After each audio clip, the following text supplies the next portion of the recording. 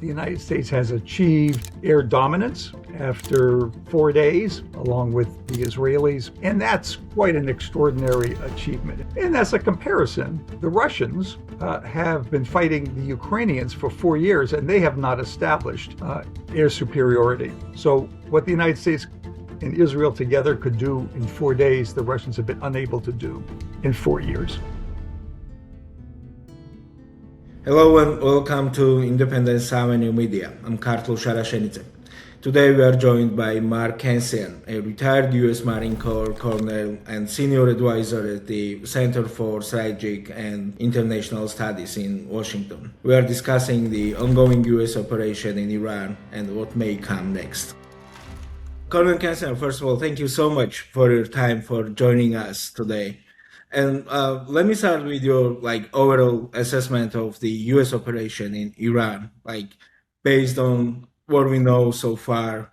How would you characterize the results of the campaign at this stage?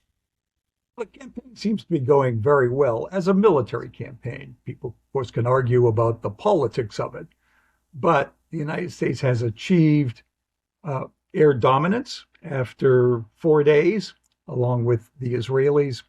And that's quite an extraordinary achievement. It means that the United States can use many more aircraft and use much less expensive munitions in the air war.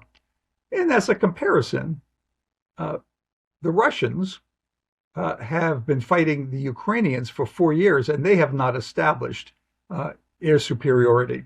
So what the United States and Israel together could do in 4 days, the Russians have been unable to do in 4 years.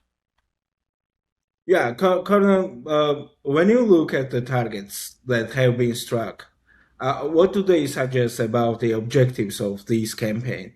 So, does it look like the limited effort to degrade Iran's capabilities, or the beginning of the broader and longer strategy campaign? Well, it looks like a very broad campaign. Uh, Keep in mind that there are two campaigns going on side by side. There's the Israelis and the United States. I think they've essentially drawn a line on the map and said everything above that line, which includes Tehran and the western parts of Iran, is covered by the Israelis. The United States covers everything below that, mostly along the southern coast. Uh, General Kane has referred to that as the Southern Front. And it's a broad campaign because the United States and Israel are hitting a wide variety of targets. The Israelis, of course, have been going after the Iranian leadership with, I think, the idea of perhaps, if not regime change, at least a regime substitution with very different leadership. But in addition, both the Israelis and particularly the United States have been going after military capability targets like some of the nuclear facilities. These are the really nuclear support facilities above ground, the production facilities for ballistic missiles, storage places for nuclear missiles, or rather, storage places for ballistic missiles, and the Iranian Navy, which looks like it's been really pummeled. And of course, this morning, the United States sank one of their frigates at sea with a submarine, and also some security targets, the Revolutionary Guards. We haven't seen attacks on the general economy, so the lights haven't gone out in Tehran, and we haven't seen attacks on the military in general, other than the specific capabilities that the United States and Israel want to take out. Yeah, Colonel, the administration says this is not a war, especially this is not the so-called regime change war. And would you call it war or just combat operation? Uh, I'm going to leave that distinction to the lawyers because you get into legal questions about is it a war? It has to be a declaration of war, but there's no question. This is a full-fledged conflict, and many people would call it a war. There are we aren't holding any capabilities back. We've gone after Iranian uh, vessels in the Indian Ocean. So uh, it really is a war. And Secretary Hegseth called it a war at one point, but that's sensitive because the administration also does not want uh, uh, Congress to pass what's called an authorization for the use of military force, which they feel would limit their options.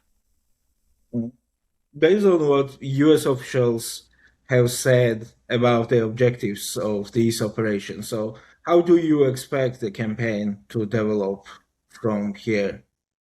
Well, this is a great question because it's a debate in the United States regarding what the objective is.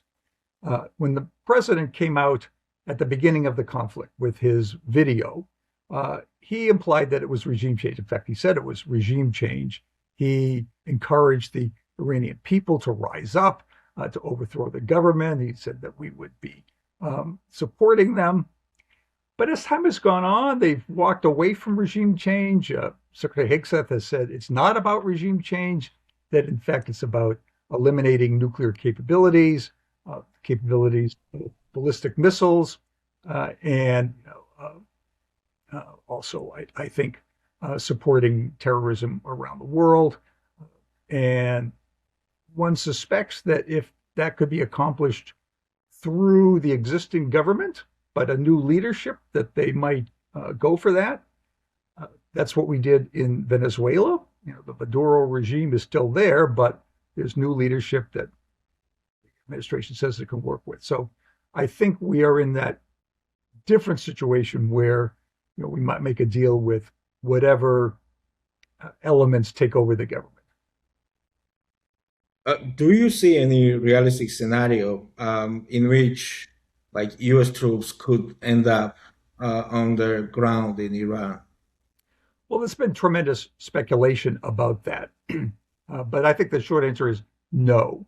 And for two reasons. One, the administration is adamant that it will not do that. When you look at their statements before the war, national security strategy, it's all about, we're not going to get boots on the ground. We're not going to get involved in long ground wars, particularly in the Middle East. But the other thing is that the United States does not have any ground troops in the region, none at all. There are no Marines aboard ship. There are no Army forces that could operate as a ground force.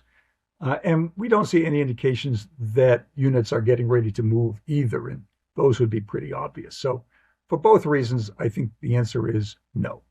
What do you think? How capable is Iran of sustaining retaliation or escalating conflict? Well, its ability to retaliate has been much diminished. And there was a press conference this morning where General Kane, chairman of the Joint Chiefs, said that the number of missiles being launched from Iran was down by 75%. And if that stays down, that will indicate that they just can't retaliate as effectively. Of course, in the first couple of days, they were able to have some effects on U.S. installations, but also on Gulf countries. Iran could probably keep going indefinitely. That is, if it decided that it was willing to take the punishment and endure the sacrifices, and the people at least acquiesced. There's nothing that says that they would have to surrender. Now, as time goes on, the economy gets battered, the military gets battered. They might make a decision to negotiate. But historically, air campaigns without some ground force have not been able to achieve regime change, although they have been able to achieve what you might call policy change. That is, a regime to change its policies. On retaliation, the one wild card is about Iranian ability to launch terrorist attacks across the globe. They have done that in the past. There are rumors about sleeper cells globally and in the United States. Unclear whether those exist, but they might be able to do something like that, in an effort to bring the war back home to the United States or another country. Yeah, let me ask you about like broader strategic implications of these developments. And you already mentioned Russia. So how could they these developments change Russia's calculations, like especially in the war against Ukraine, like where Iranian drones have played like an important role? Sure, it's going to change Russia's actions in the war in Ukraine, but I think it will make Russia think hard about facing the United States militarily. And that should be good news to countries like Poland and the Baltic countries, who feel very exposed, very vulnerable to Russia when war in Ukraine should end. And what we've seen here is the kind of striking power the United States could bring.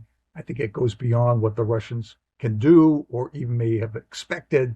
And one hopes that adds additional deterrence.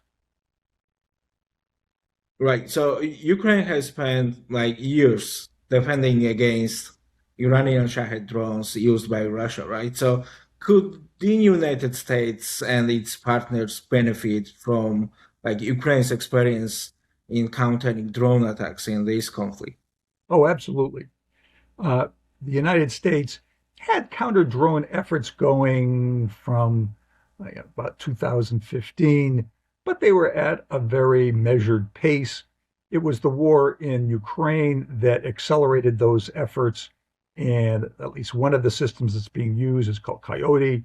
It's a drone that takes down other drones, came out of those efforts, and there were a wide variety of other counter drone technologies and tactics that have come out of the Ukrainian experience. So the United States and our allies in the region and the Israelis are all benefiting from what was learned in the war in Ukraine. Yeah, let me ask you about China. Like China has developed close economic and strategic ties with Iran, right? So how might this conflict reshape China's role in the region, and what context does it create for like U.S.-China relations, like especially within like the with a potential meeting between President Trump and President Xi expected later this month? Well, I think President Trump is trying to uh, not bring China in, is not criticizing China's role in their relationship with Iran, but they are making it very clear that we won't tolerate any interference either. And in general, this war and the events in Venezuela have really hurt China and Russia in the sense that both Venezuela and Iran were clients, that they had helped economically, that they had helped militarily, but in both cases, the United States crushed them. So that will make other countries think twice before they accept assurances from China or Russia about military alliances. The United States is also sending a message by sinking that Iranian naval vessel in the Indian Ocean that we don't hesitate to go after military assets in international waters. And I think the implication for China is, if you sent your fleet out and there were a war, we would go after them no matter where they were. Yeah, and this is my very last question, Cornel. So, if you like step back and look at the bigger picture, so what would a realistic end state of this operation look like for the United States? Well, we all have questions about how this might end and what that ending might look like. I think the United States would very much like to get a situation where the Iranians agree to end their nuclear program and that we have inspectors that can actually go onto the ground and make sure that they are not restarting their nuclear program and to find out what happened, to the nuclear program that they had. A lot of it's still underground. We're not sure how badly damaged it was. I think the same thing will be true of ballistic missiles. We may well make some deal of, that they can have defensive systems that we are not trying to disarm them, but that these two weapons are unacceptable. And that could be done with an existing government. It could be done with a new government, uh, but it would require some negotiations and some real concessions by Iran. In the past, they've used negotiations as a way to string things out and to gain time, but not to seriously make concessions. Yeah, very last question, if I may, please. So how expensive is this operation for United States, and what it means for this operation in like in a long term perspective? Yeah, well, that's a great question because we are at this moment doing that calculation. And in fact, this morning, my research assistant and I have been emailing and working on those calculations. Uh, it looks like the total cost at this point is about $2.5 billion over the 4 days, of which about 2 billion were not in the budget. About 500 million of which was already in the budget, so that's not an extra cost. And that number will probably go down as time goes on, but it will still be pretty substantial, much more so than operations in the Caribbean. And the reason is because of the extent of the munitions usage and also the damage that is accruing to bases and aircraft. Well, thank you so much, Colonel Cancian. It was a great honor to have you with us today. Glad we could get together. This was Colonel Mark Cancian. Thank you for watching. Please subscribe to our channel for more interviews. I'm Kartlo Sharashenicen with Independence Avenue Media.